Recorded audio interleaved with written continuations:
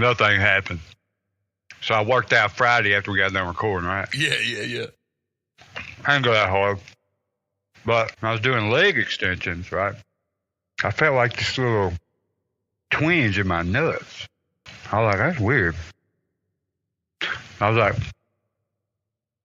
I stopped. I did it again. It's still kind of there. I was like, fuck it. I'm going to finish this set. Yeah. I moved on to everything else. It didn't hurt no more. Went back to leg extensions again. I did it again. I'm like, what the fuck is this? No. Okay, I still finished my shit. 2 days later, my left testicle hurts, bro. No. Yeah, and it just started getting better. Well, it didn't hurt. It was like just a dull fucking throb. You know, most of the time you forget they're even there. Yeah. I don't think about them. It was just enough of a sensation for me to know it was there. Like hemorrhoids. But it's finally getting better. At least it's getting better, dude. I was going to say you may have twisted that motherfucker. No, I see. And it didn't hurt for a couple days. Between Friday and like Sunday, Interesting. Right? And then it started hurting. So now, you start Googling. Oh, yeah. And it said something about the torsion. Yeah. I was reading, I was like, damn. And they said you should go to the emergency room immediately if that happens. I was like, well, that's too late for that. Because if it's more than 6 hours after they get twisted, one of them could die. I know. That's what I was going to tell I was like, well, what the fuck? I guess I'm fucked on that. I just got a dead nut. If that happened. I've had to go get my nuts ultrasounded before because I thought I had torsion. Really? Yeah. You remember Adam? From Marion? Oh, yeah.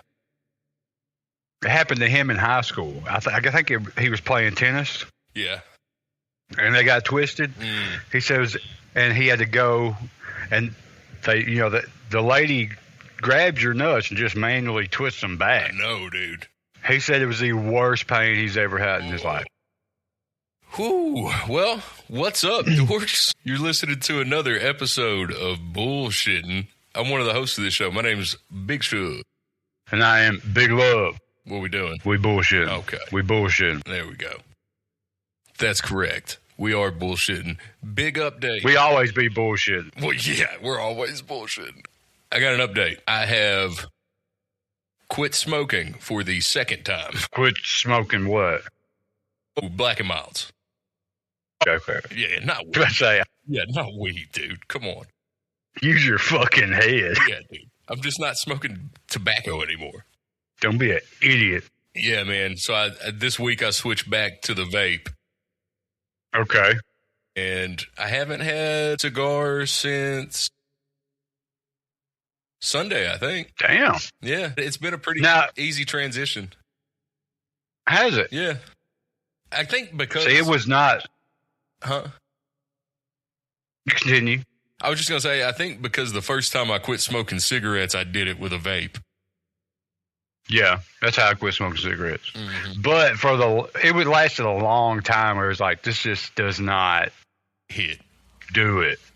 Like the lung feel and all that kind of shit. Yeah, man. I think if I wasn't used to the vape from the first round, it would be real rough. Yeah. Now, what kind of Black and Milds did you smoke? I smoked Black and Milds with a filter tip. They were the plastic tip? No. Filter tipped. Like a cigarette filter. Oh, I didn't know they had those. They just started making them like 2 years ago. And I was smoking Black and Milds with a wood tip. And then I saw those were like $2 a pack. Mm-hmm. So I was like, fuck. Switched to that real quick. And that's the thing, dude. Like, it always starts out like a Black and Mild while I'm fishing. Black and Mild while I'm grilling. Black and Mild while people are over. The next thing you know, Black and Mild while you're driving. Yeah. And Black and Mild while you're sitting there. Yeah. Then it's Black and Mild when you wake up.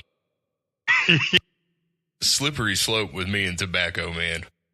So is it the OG blacks flavor? Or was it like the wine, the jazz? All I do is OG. Okay, I got you. OG, triple OG, baby. I got you. Because I know back in the day we used to smoke the wine. That's a headache. They were good. They were good. Do you remember? I saw a pack of these in the tobacco store and almost grabbed them because we used to get them in high school. The mini Swisher cherries. No, it was a pack of Swishers, and it was like a pack of cigarettes, 20 in the pack, filters on it, and they were cherry flavored. No, I've never seen those. Dude, we used to smoke the fuck out of those in high school. That's crazy. No, I've never seen that. Yeah, we smoked those, and then not everybody, like all the bad kids, all of us, we smoked like Newports and Cools. Mm-hmm. Yeah. Yeah. Cool filter kids. So those Swishers, they come in like a cigarette box? Like a foil pack. Okay. Yeah. And then, yeah, dude. But, so...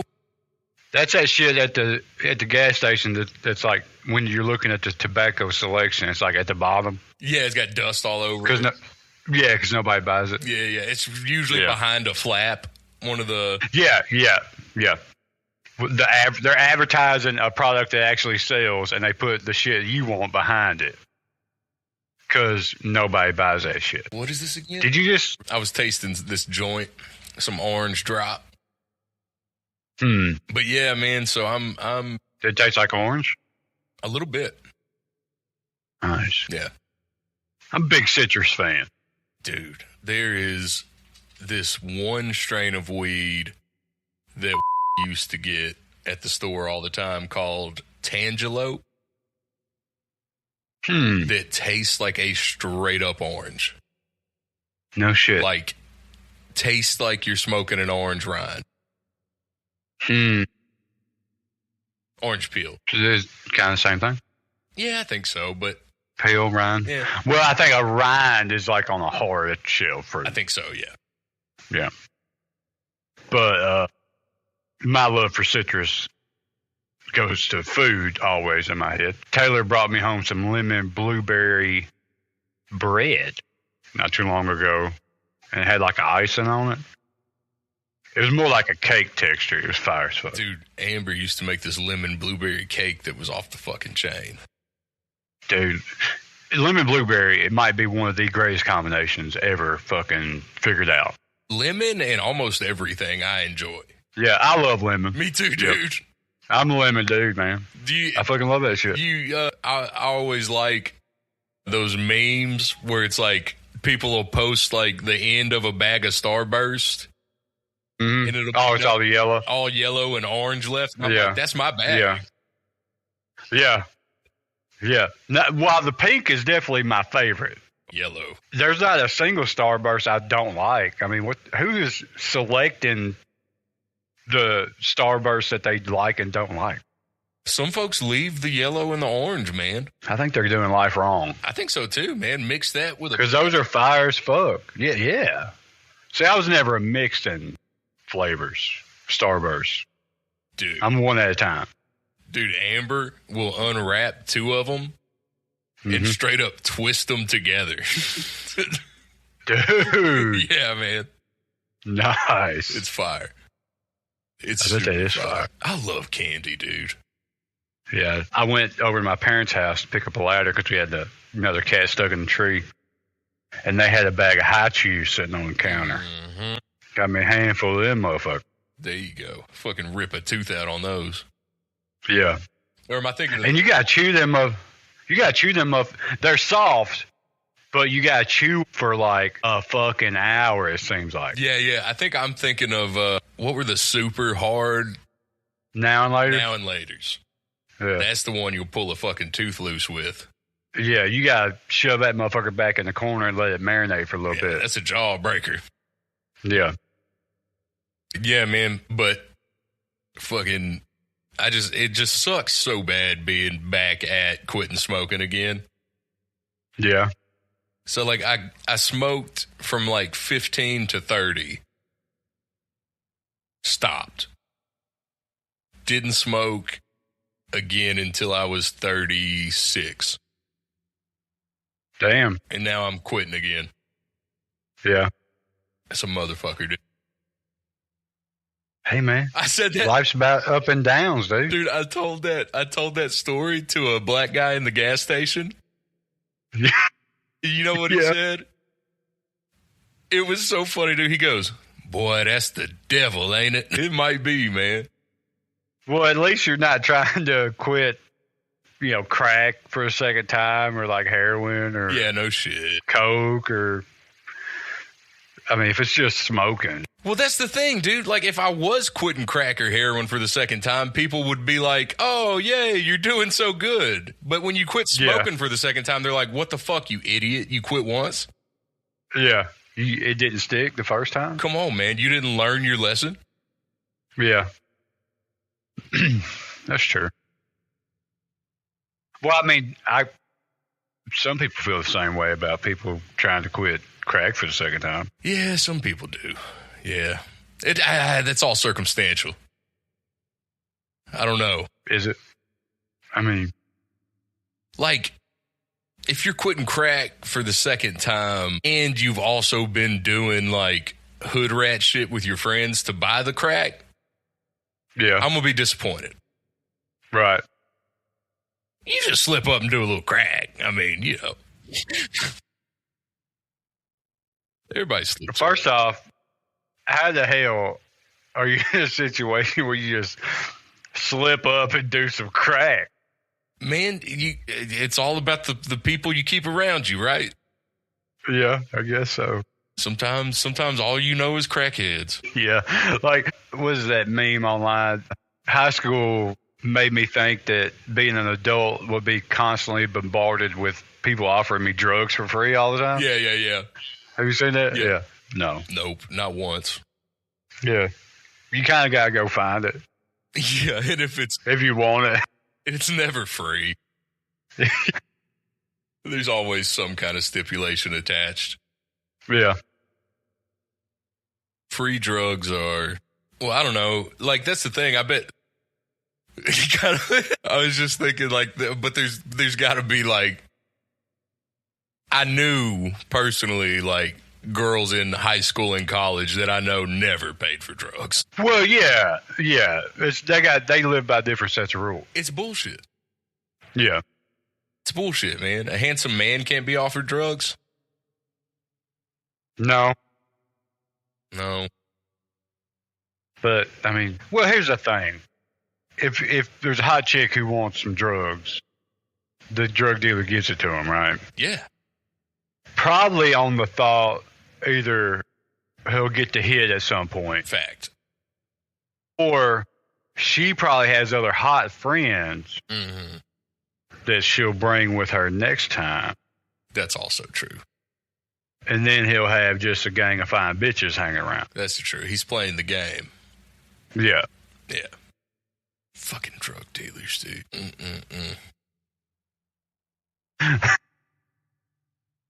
Never mind, I'm not going to say that. What? It's like the hot chick. Oh my God, he's so nice to me. Well, yeah, no shit. Yeah, man. I bet everybody's real nice. Duh. That's so fucking funny. You watch anything? Listen to anything good? Man, I've been working since we last recorded every fucking day. We watched the season finale of Tracker one night. Nice. It was very good. Pumped for the next season? I am. That's a kick-ass show. Yeah. And we're getting more details of his father's research and stuff. Right on.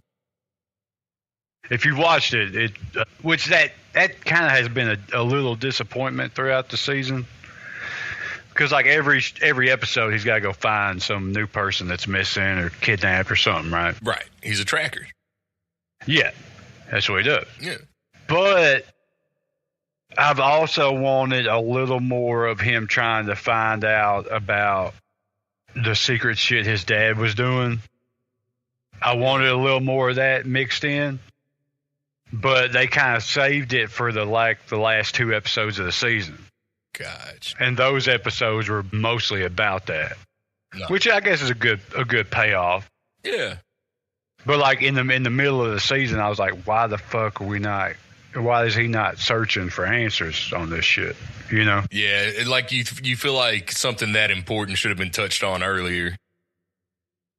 Yeah, but well, it's been touched on every season. But I just mean like earlier in the season, like you've got this lead. Why are you not following it hot? Yeah. But I mean, them saving it for the last 2 episodes of the season and kind of making those episodes predominantly about that. That was fine to me too. Nice. I like how it ended up with the final 2 episodes being mostly about it. So it was fun. Good. And we watched the Summer House reunion. I watched part 2. It was pretty fucking sweet. What happened They with were just, the cheaters? They were getting clowned on the whole fucking time. Good, dude. It was so fucking funny. But Taylor was like, if you thought this was bad, you should have seen part 1. She was like, they went way harder in part 1. That's sick. I was like, well, shit. And there's a first time ever part 3 of the... A 3-parter? A 3-part. They went it got so fucking, I guess, back and forth with them calling them out. Yeah. That, They didn't even get to talk about the other shit. yeah, 3-parter. That might be the longest reunion like episode. Reality show history, yeah. That's fucking sick, dude. So I need to go back and watch part 1. Yeah, just watch these Good motherfuckers. shit. You fucking Yeah, and then the girl in the situation, she like, it was too much for her. She had to leave, and she left for like 15, 20 fucking minutes, and everybody's like, where's she at? No one's ever been able to leave for this amount of time. You know, she needs to come back. Okay. And answer for all this shit. And then there was this one chick, she was like, Wes, be a man, go get your girl. What the fuck? Oh, shit. And then they started turning to the husband. It was like, Kyle, go get her. And I was like, ain't no fucking way. If I was the guy she's divorcing, am I going to give her any kind of fucking help or sympathy? No. Or anything? No, nothing. It's like, no, she's dead to me. She don't fucking exist. Be a man. Fuck out of here. But everybody was clowning on her new dude. He was like, dude, be a man. Go fucking get her. And he was like, ooh. It was hilarious. Fucking hilarious. Fucking weasels, man. And then when she came back, like they were like, "Do you understand? He's a fuck boy. He don't care. He don't really care about you. You know, he's done this to every fucking girl."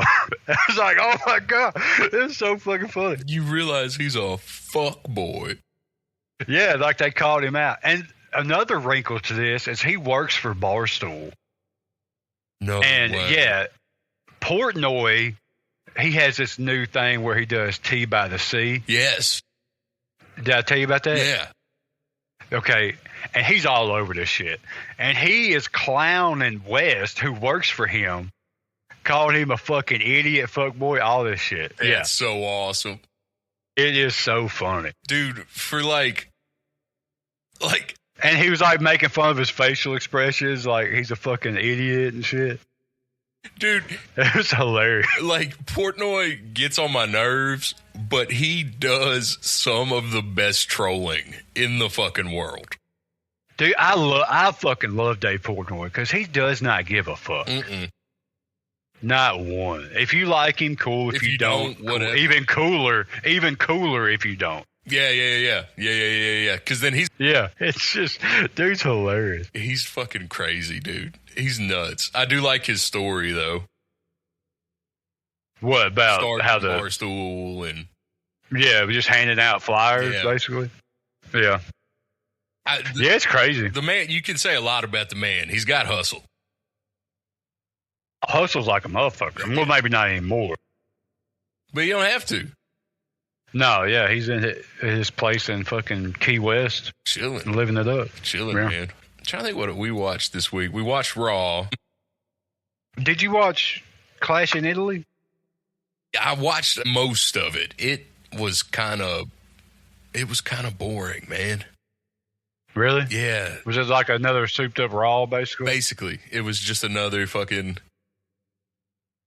It was a great episode. Those of Raw.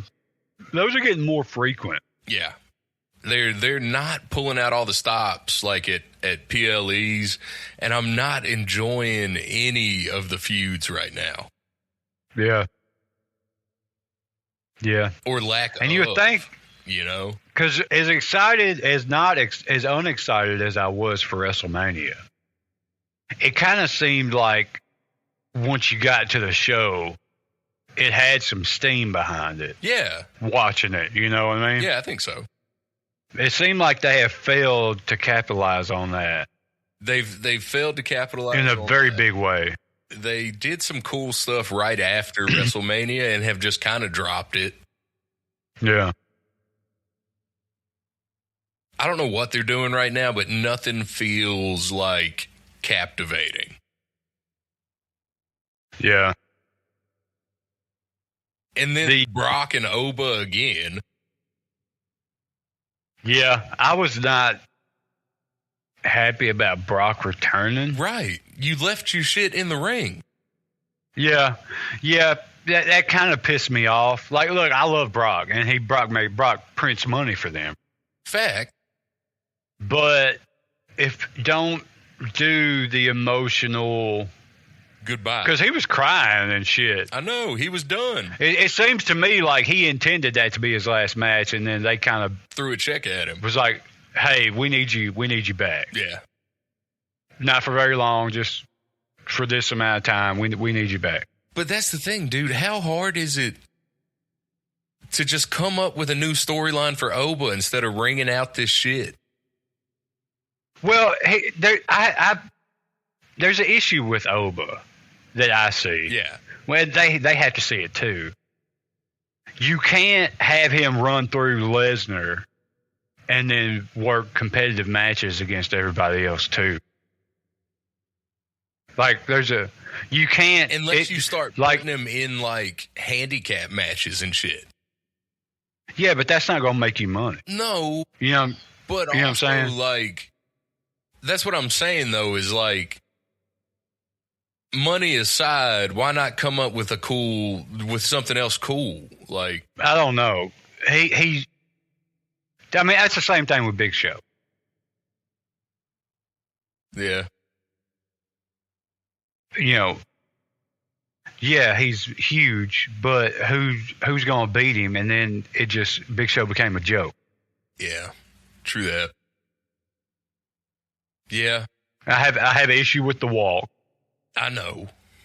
It's fucking stupid. Yeah, it's dumb. I don't love Oba. I know they're kind of giving him the Goldberg treatment, which I don't have an issue with, right? But if you take it too far, he becomes kind of unbeatable. Well, and you put him against regular competition. You don't start out with Brock Lesnar.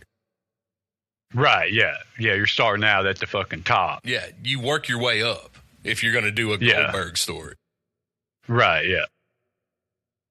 I don't know, man. I like Oba. It seems like from everything I've seen him talking and shit, it seems like a really cool, nice guy. Just real humble dude. Yeah. He's very athletically gifted. He's fucking massive. Yeah. He's got everything that they want. Everything's on paper. I think they've done everything backwards. Yes. It seems like. Yes. Like he started, if he's knocking off Lesnar at WrestleMania, everything else is kind of less than that. Yeah, especially when you've already got Gunther taken out. Legends are supposed to be. Yeah, see, I see that's a little bit different to me because it wasn't like Oba's goal was to take out Lesnar. Yeah, well, it's not like we knew. Yeah, that's true.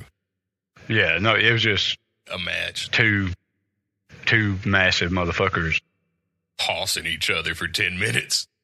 Yeah. Which the match was great. I loved it. It was slam-tastic. Yeah. And I mean, that's what you want with two big, massive dudes. It's just, picking each other up and fucking throwing each other. Yeah, just fucking two massive humans tossing each other around.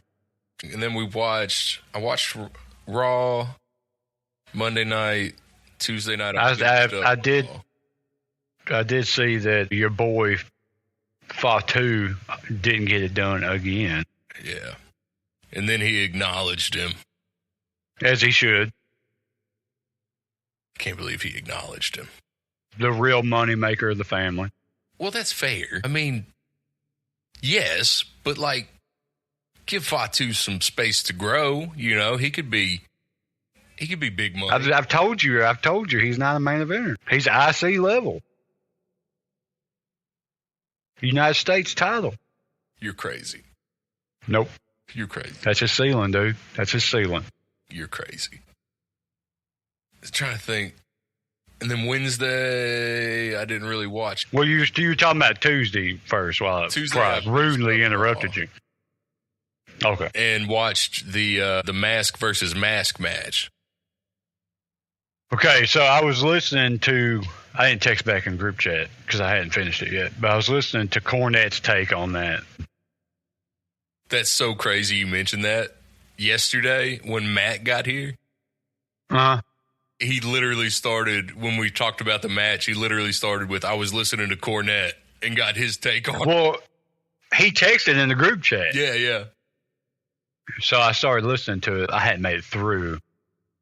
But it sounds like it was pretty good. Do you like it? Loved it. Loved the Mask versus Mask. I wish I'd kept up with the AAA stuff better and seen that kind of build and seen El Grande Americano like embrace the lucha culture and the Mexican culture and see them fall in love with him. You know what I mean? I missed all that part, but I got to see the payoff. Right. And it was good. I need to go back and watch it.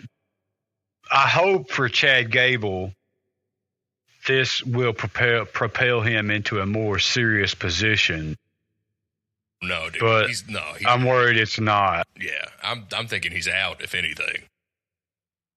Well, like retired? No. But like, I don't see him having. Or out of WWE. Yeah, I don't think he's going to be in the WWE much longer. Why you say that? What are they going to do with him?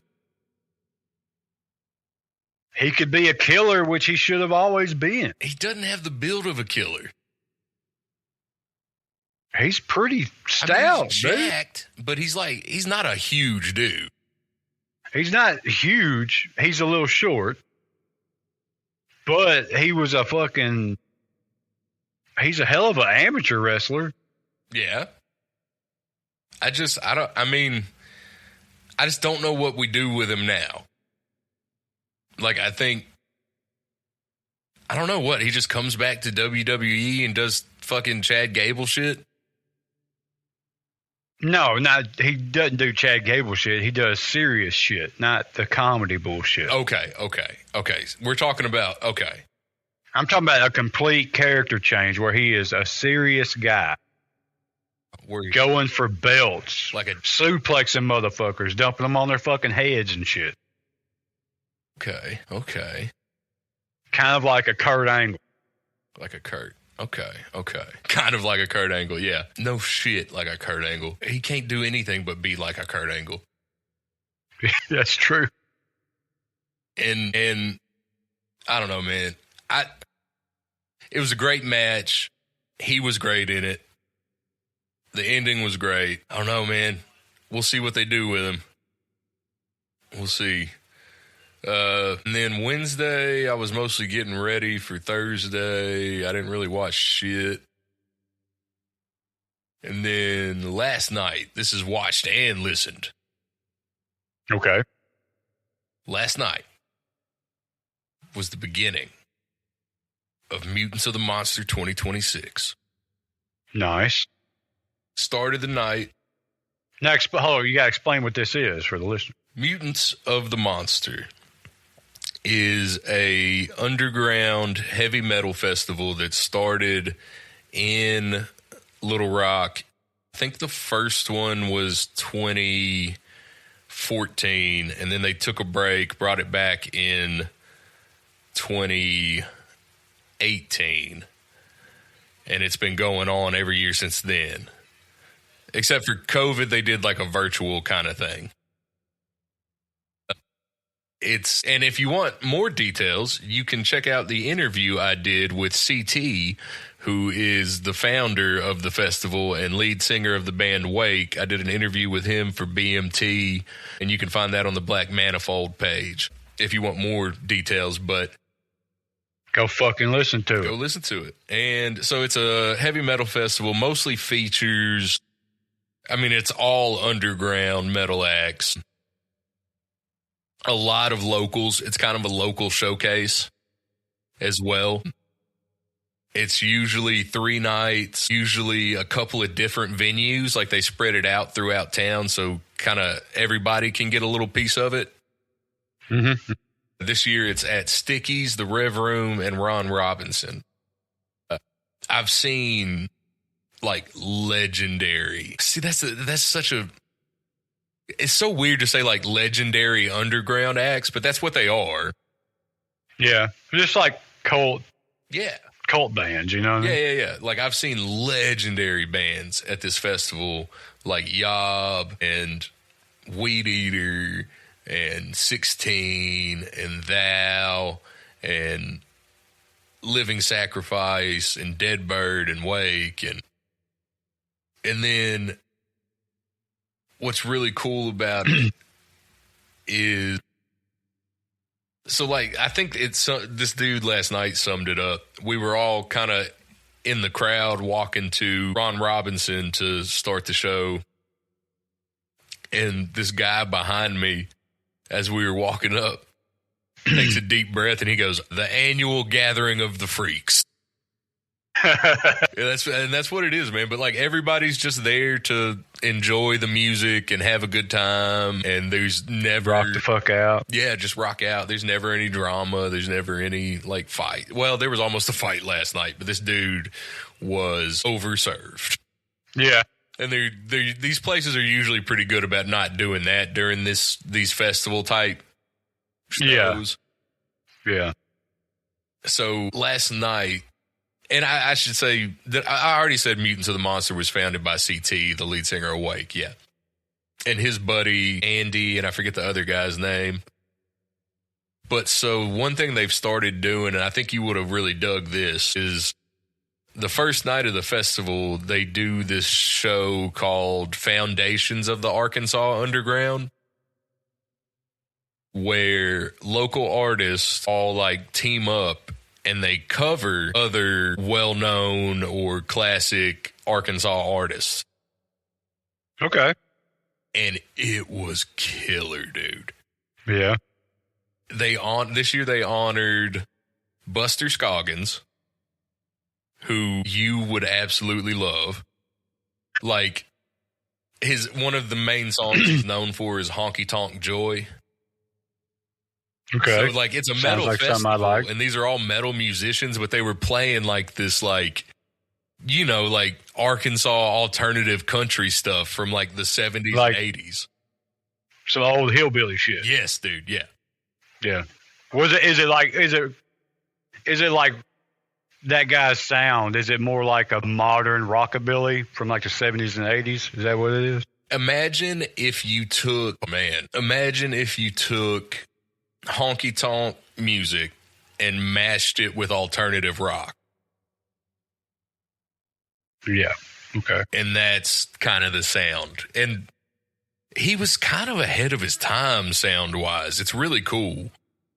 Like, yeah, I mean, that what you just said sounds like a lot of mainstream country music right now. Right. He was way ahead of his time. They honored Buster. They honored Living Sacrifice, who is probably like the most well-known metal band from Little Rock.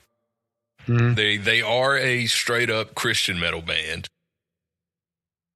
Okay. A lot of their lyrics are evangelical. A lot of their lyrics are like just, it's some of the most like straight up the gut Christian music I've heard in metal. Like as far as lyrics. Now, are there a lot of Christian metal bands? Tons. I didn't even know that. Dude, okay. So now we're getting into the history of like hardcore in Little Rock. So what bands, so being from the Bible Belt, a lot of people that live here are deeply religious.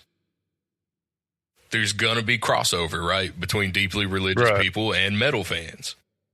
Right, yeah. So they would form these Christian metal bands, and it would be like super heavy shit, dude. Like Zao was a Christian band when they started, The Chariot, like really heavy bands.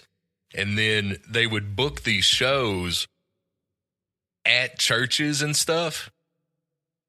And like church rec halls and like stuff like that, man, because they're Christian. Right. And just tear shit the fuck up, dude.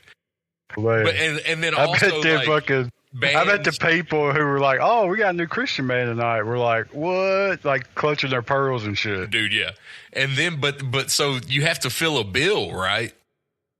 Yeah. So bands that weren't Christian bands would get booked on these bills too. Mm-hmm. And it's just one of those like genres of music you can't really understand the lyrics. Yeah. So like they would just get thrown on these bills with Christian metal bands and stuff. Yeah. And then from Christian metal and metalcore specifically came like this wave, just onslaught of hardcore bands in Little Rock. Yeah. But it all started with Christian metalcore stuff. Huh. Now, you mentioned them earlier about legendary bands you got to see. You being the way you are. Yes. Do you like that? Look what Living Sacrifice. You like them? Musically, it's really good stuff. I just don't identify with the lyrics at all, but I understand why people like it. You know what I mean? Yeah. It's that. So imagine like listening to like Spanish radio. Right. And the music's good, and I just can't identify with the lyrics at all. Most of the time. Right. I got you. Yeah. I got you. Because they're like, I mean, every song is heavily like, go get saved. Right.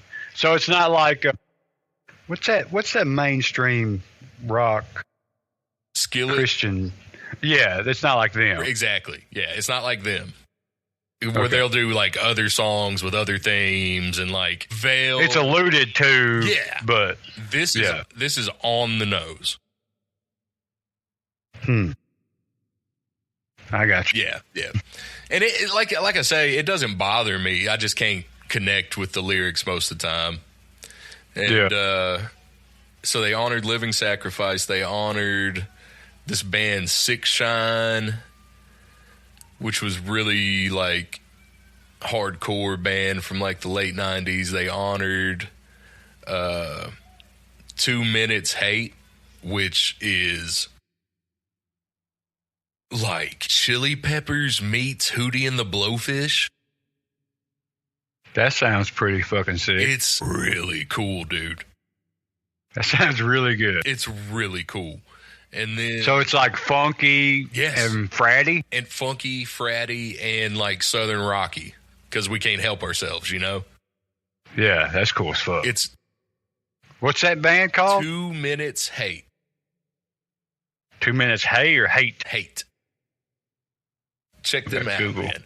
And then and Buster Scoggins. And then they also honored Living Sacrifice, Buster Scoggins, Six Shine, 2 Minutes Hate. I think that was Oh, they're from back in the day. Yeah, man, like 2 Minutes Hate. way back. Hell yeah, I'm about to listen to that shit.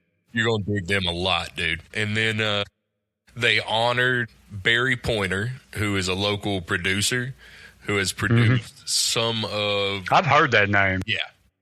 Barry Pointer has produced, I mean, like, you name an Arkansas artist, he's probably worked with them at some point.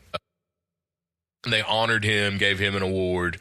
Our homeboy Brandon from Mammoth Caravan presented the award. Nice. That was cool. He's a Barry Pointer fanboy, like. Yeah. Like, he talked about, like, when he was growing up, like, being a huge fan of, like, 6 Shine and 2 Minutes Hate and Living Sacrifice and, like, Zayo and Norma Jean and, like, a bunch of metal bands, and, like, noticing that they all record in Little Rock and they're all produced by Barry Pointer, and, like, that's the whole reason he moved here, to be a part of, like, the scene, and, like, damn. Yeah. That's cool. It was really cool, dude. And then it was a great show, man. It just honored, you know, artists from Arkansas that you may not know about that were touring artists in Arkansas and the surrounding areas for years and years and years, you know. Those bands that you may never hear of, but that locals love. Yeah. Substance. That was the other band, Substance. And they're, like, straight up kind of ahead of their time, too. Kind of emo, punky sounding, but they were around in the 90s. Okay. That's what I'm saying, dude. Arkansas bands are just better than everyone else's fucking bands. Is there a why? I think it's because there's nothing to do. Yeah. That when people pour themselves into something in this state, it usually ends up being pretty awesome. Yeah, and as much as people want to hate on fucking Arkansas and the South in general, it's very diverse. Super, dude. You know. That's the thing. Every guy... And the diversity are kind of on the extremes. Mm-hmm. And they like the extremes are in one town, basically. You know what I mean? It's like... Yeah, dude. It's in, like... And I think... It's going to sound weird. And, like, there's one school in the town. Yes. And all the kids from every extreme section, yeah, you know, like, are stuck together, and it's like a melting pot. Yeah, absolutely. And there's just something about that, because every Arkansas band, it's almost like they can't help themselves, has, like, this, for lack of a better word, like, essence, soul to it. You know what I mean? Mm-hmm. Yeah. Like, they mean what the fuck they're saying. Yeah.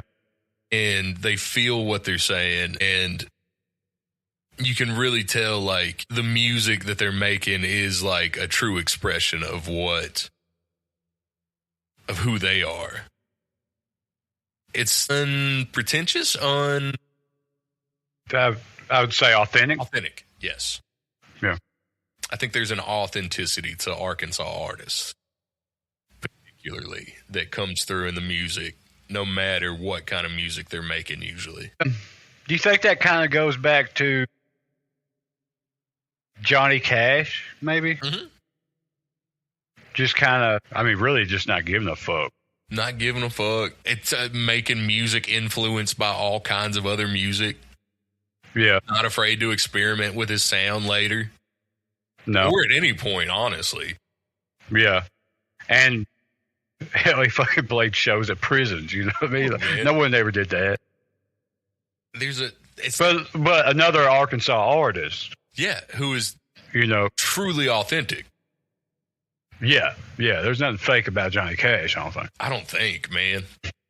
If there is, I don't want to hear about it. No, and you were talking about the Christian metal before. Yeah. You know, I grew up going to church and shit, you know. Mm-hmm. And the music was always the worst part. Mm-hmm. But Johnny Cash, I can listen to him sing gospel songs all day. I can listen to Johnny Cash do gospel. My favorite, like, gospel. I don't know what it is about his voice and those songs mixed together. It's just magic, dude. Yeah, him, and I like Mavis Staples a lot. I don't know who that is. You've definitely heard her sing on other people's stuff. Okay. She's amazing.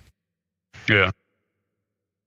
And then, so we did that. Foundations celebrate. The Foundations show was great.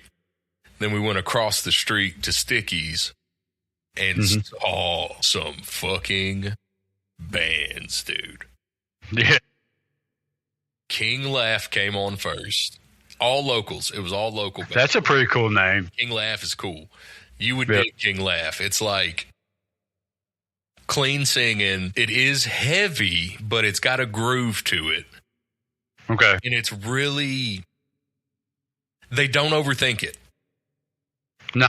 They don't overthink it. It just catchy bass, rocking guitar, drummer fucking losing his mind. Like it's just good tunes, dude. Yeah. So that you don't think they're gonna make a concept album? That's what you're saying. Not anytime soon. All right, good. Actually, check out their song real quick. It's King Laugh. The song is Fuck Me. That's not the song. Let me find the song. What else is new? This is like quintessential them. See what I mean? Mm-hmm. Don't, don't, don't, don't, don't, don't, don't, don't, don't. It's rocking. Yep. I like it, dude. It is groovy. Yeah, they're good. The next band was a local punk band called Riot Dogs. Hold on. Yeah, I like the clean lyric. Yeah. The clean singing. Yeah. The next band was Riot Dogs. They're a punk band. Their lead singer fucking went for it, dude. Like down in the crowd singing, climbing on tables. Like singing on top of shit. Singing on top of shit, dude. We got to explain that now. Yeah. What the fuck were we doing? We were hanging out in the big room, and then all of a sudden Will got up on the back of one of the couches and just yelled, "Singing on top of shit." And then we all got on top of something. It's probably like some fucking Hootie and the Blowfish song playing or something. Probably Third Eye Blind or Blues Travelers or something. But he was great, climbing on top of shit. They had a lot of really fun songs. Like they've got this song called Worms. Mm-hmm. And it's just about like being at a bar and hearing people talking. Mm-hmm. And like just hearing the crazy shit that people say, you know what I mean? Yeah. And he's the chorus of the song is like, "There's a rumor we have worms in our head. Did you hear what that old man said? It's a fact. We have worms in our head." It's fucking great, man. Yeah. They were fun. They were a lot of fun. Yeah. They had twin guitars. That was dope. Damn. In a punk band. Yeah. That's different. They were shredding, dude. They had 3 fucking guitarists. What, twins and the bassist? No, twins, another guitar, and the bassist. Fuck. Okay. Yeah. Damn. Yeah. They were shredding, dude. And then the band that finished it up was the band I was most excited about, Pig Sticker. Pig Sticker. Pig Sticker. That's a Arkansas band name. Isn't it, dude? What the fuck? Their EP is called Arkansas Toothpick. Nice. And they do. For anybody that is not familiar, Pig Sticker and Arkansas Toothpick are both synonyms for knives. Yes. Yeah. Synonyms for knives. Yes. So they are the heaviest band of the night. They are one of the heaviest bands in town right now. You would hate Pig Sticker. Hate it. They had a shirt at the show that just said, I got radicalized at a pig sticker show. Yeah. I don't know. Radicalized to what? I don't know. The music, baby? I don't know. Oh, dude. It was fucking nuts. They were heavy as shit. What's their style, would you say? Their style is, I would call it's a combination of death metal, slam metal, and hardcore. Everything is a breakdown. Everything is like just chugs. Yeah. They sound like a semi truck hauling a bunch of pigs for livestock crashed into a nuclear power plant. Booms, bangs, pig squeals. They have squeals in the song? Yeah. Their lead singer can make noises that people shouldn't be able to make. Yeah, I would hate that. Yeah.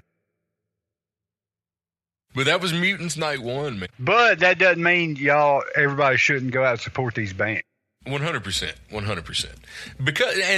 Because just because you don't like a pig sticker, you might like a King Laugh or somebody else on the bill. Right. So come out. Yeah. And then tonight is Mammoth Caravan. Who else? You love them, right? Y'all love them, yeah. They're one of my favorite local bands, if not my favorite. What was that? What did he say? What was that second band he said? What was that second band he said? Yeah, after Mammoth Caravan? It's Mammoth Caravan, and then Subserviency, and then Chainsaw Lassie, and then Burned Up, Bled Dry.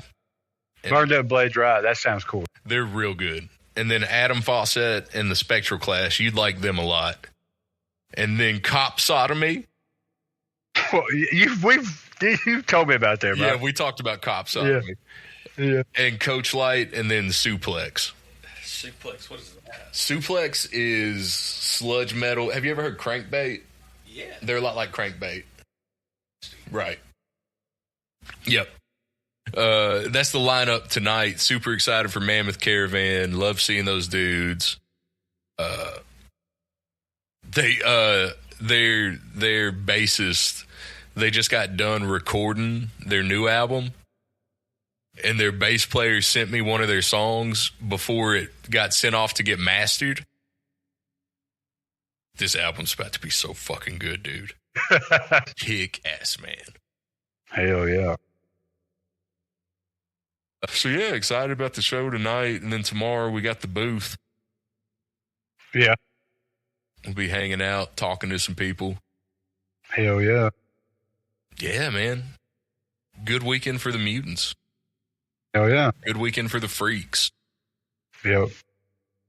The Freaks of Little Rock. Freaks of Arkansas. Yeah, freaks from all over Arkansas, dude. And then... Well, we have homework from past episode. Godsmack review. The Godsmack review. Okay, let me pull up. You want to get Matt's opinion on this as well? Because I've been asking around people's opinion on Godsmack. Yeah, dude. All right, let me see. All right. So he's in the middle of a project, but he said, I said, what do you think about Godsmack? He said, well, Godsmack, mostly no. Okay. Except for Voodoo, I Stand Alone, and something else. And he was like, he said, I like Godsmack, but I understand it is still Godsmack. Huh. Okay. After listening to this greatest hits album, kind of dig it, dude. Dude, I fucking like Godsmack a lot. I do too, man. Like, They kick ass, bro. a lot of it is a lot heavier than I remember. Mm-hmm. Sully's voice is a lot bigger than I remember. Mm-hmm. Yeah. Well, we listened to Good Times, Bad Times last week. Which is, again, one of the greatest covers I've ever heard. One of the best covers, period. Like, Yeah. nailed it. Yeah. Song 2 is Whatever. That's the first Godsmack song I ever heard. That's the first Godsmack video I ever saw. Really? Mm-hmm. Yeah, dude. I'll never forget it because we didn't have MTV at my house. Mm-hmm. And I was spending the night at a buddy's house and they had satellite. Mm-hmm. And it came on like Saturday morning when we were watching it. Mm-hmm. Whatever's a good one. Mm-hmm. Keep Away is great. Keep Away From. I will say there's not a bad song on this. I didn't care for Shine Down. Really? I like Shine Down. I didn't care for it. But, I mean, out of an album of 16 songs, and really the only two I don't like is two of them. Yeah. I didn't do like a song-by-song breakdown like you did. I just listened to the whole thing, right? And there wasn't anything that I didn't like. But I did notice, like I've loved Touche, I always loved that song. But Running Blind before that one, I think I really like when they switch it up to an acoustic sound. Yeah. I agree. It sounds really good. And not every band can do both very well. That's true. They do both of them great. I think so. Because Sully's voice lends itself to the acoustic just as well as plugged in. Yeah. You know? And I don't know if it's just the way they play that the acoustic sounds really good too or what, but it's really good. It is really good. Trying to think of some more standouts. Has Matt ever heard Crying Like a Bitch? Probably. Fucking all-time great song. Like a bitch. And you were crying like a bitch. Straight Out of Line's great. Touche's great. Speak, The Enemy. Greatest hits, I'm giving it, there's only really two I didn't like. I'm going 8.5 out of 10. I like it. This was kind of a no-skip album for me. Nice. You know, which was very surprising because I've never done a deep dive on Godsmack. I kind of had the same viewpoint on them as everybody else, which I'm now seeing is wrong. Yeah. Godsmack fuck. Yeah. Like a motherfucker. Yeah. And deserve way more respect than they get, man. I can say that, honestly, after listening to this album, for sure, that they do not get. No, they get so much unnecessary hate and disrespect, and just they get written off. Yeah, which a lot of bands from that time period do. Yeah, I don't know why. Yeah, I don't know, because the music is still really good, if not great, from that time period. It just seems like every band from that time period is like, fuck them. They're all lumped in together and it's like, oh yeah, fuck them. Yeah. I can't think of another time in music we've done that either. Like hair metal, yeah, disco. Yeah, what disco is warranted. What disco sucks. Disco's for losers. Yeah, disco's trash. But like, it's just hair metal and fucking early 2000s. Yeah, I don't know, man. The Bullshittin' Verdict. Godsmack. 100%. Did Garner weigh in on this? No, he has not. Disappointed. He must not have listened to this week's episode. Our captain is fucking slipping, dude. Or he might be an episode behind. I think we have some banked. Okay, yeah. He'll weigh in. Yeah, oh yeah. Yeah, so that's going to do it for us on this episode of Bullshit. And if you like listening to Bullshit, and check out the other podcasts on our network. We're the Rebel Without a Clue podcast network. You can find all of our stuff on Apple, Spotify, and most of the time on YouTube. Check out the website, www.rebel. You can listen to episodes there. You can get info on the podcast, on the network. You can get in contact with us. Links to Spotify if you want to hear anything there. Get on Facebook. Follow the Midnight Mass with Reverend Rott and Brother Hurt. Get on Facebook. Follow the Midnight Mass with what the fuck? Reverend Rott. Brother Reverend? With Reverend Rott and Brother Herman Innards. You get live show updates there. Also follow Suplex Cinema for live show updates. If you want to get in touch with us at Bullshittin, if you have comments, concerns, ideas for stuff to bullshit about, hit us up. That is tdwfnbpod@proton.me. Also, if you need any life advice, we're dipping our toes into the advice realm as well. I think that's going to do it for us, man. Big Shug out. Big love, holler.